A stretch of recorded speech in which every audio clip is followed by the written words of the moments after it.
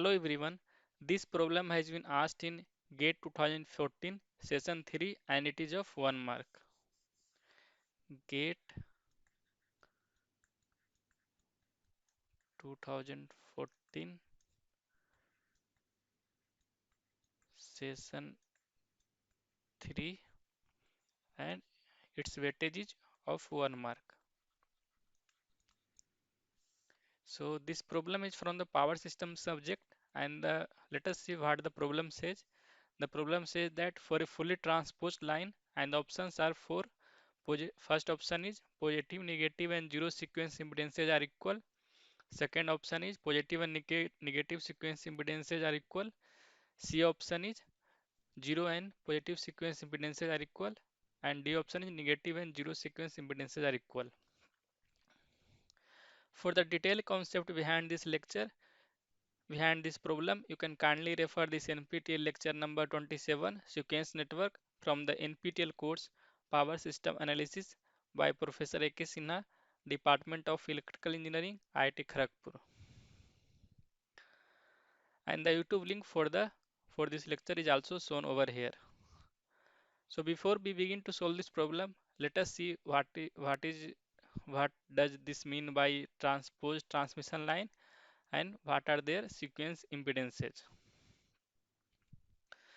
So we do transposition of conductors to keep the system balanced. Over the length of transmission line, the conductors are rotated so each phase occupies each position on tower for an equal distance.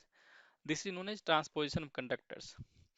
If we don't do transposition of conductors, then means due to having different heights of poles, due to having unequal leveling of surface, this may lead to having unequal voltage drop across the line and at the receiving end we will get the unbalanced voltage. So to mm, uh, so what is the what is the solution? Solution is that we will do transposition of conductor so that each conductor, each phase occupies each position on tower for an equal distance so that we can have we can get the balanced voltage at the receiving end. So this is called transposition of conductors. Now let us see how we can derive the sequence impedances of transmission line. Why in this way?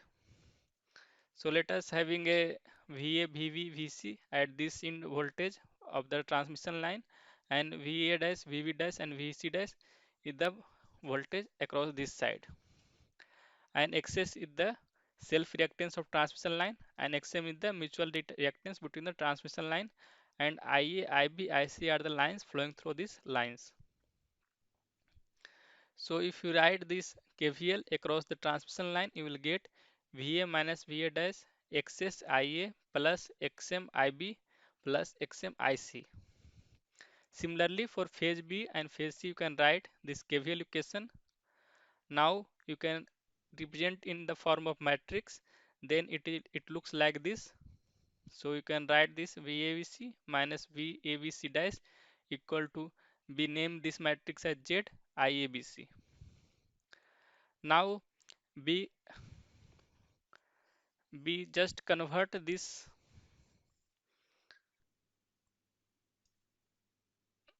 phase components into symmetrical components by multiplying with A.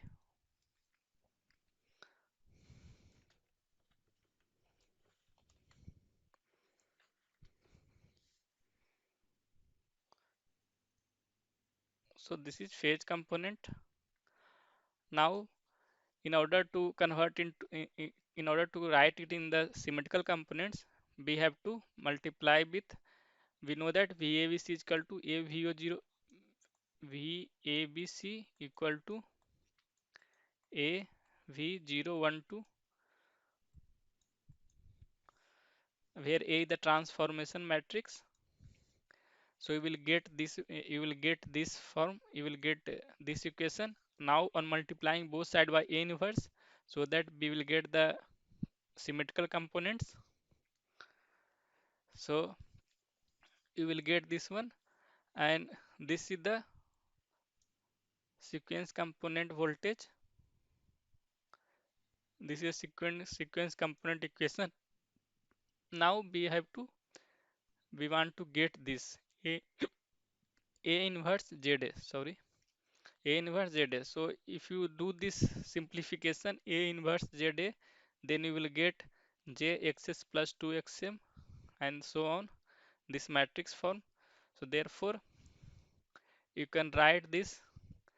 This is the zero sequence impedance XS plus 2XM, and Z1 you can write this positive sequence impedance, and Z2 this is negative sequence impedance.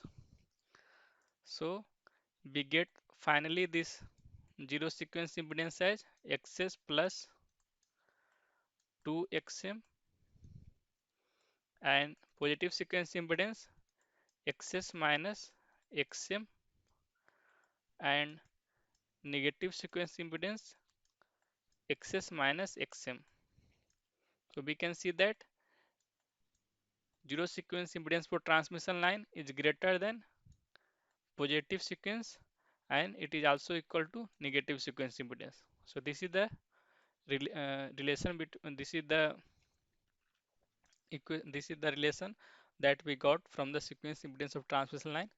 Therefore we can write that in summary, that sequence impedance of transmission line is that first one is jxs, you can write both way, yeah, z1 is equal to jxs minus xm, and z2 is equal to jxs minus xm, and z0 is equal to jxs plus 2xm.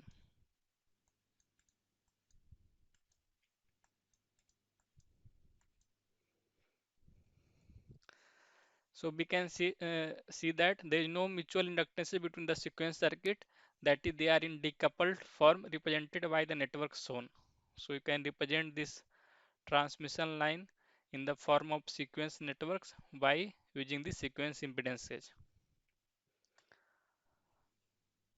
So coming back to the problem, so for a there is nothing relation with in the problem of transposition, just they added one term transpose transmission line, but transpose transmission line is just to make the system balance. And for for a general transmission line, for a general case, we know that these positive and negative sequence impedances are equal. So B option is correct and other options are incorrect because the relation is not satisfying that whatever we have derived. That's all. Thank you.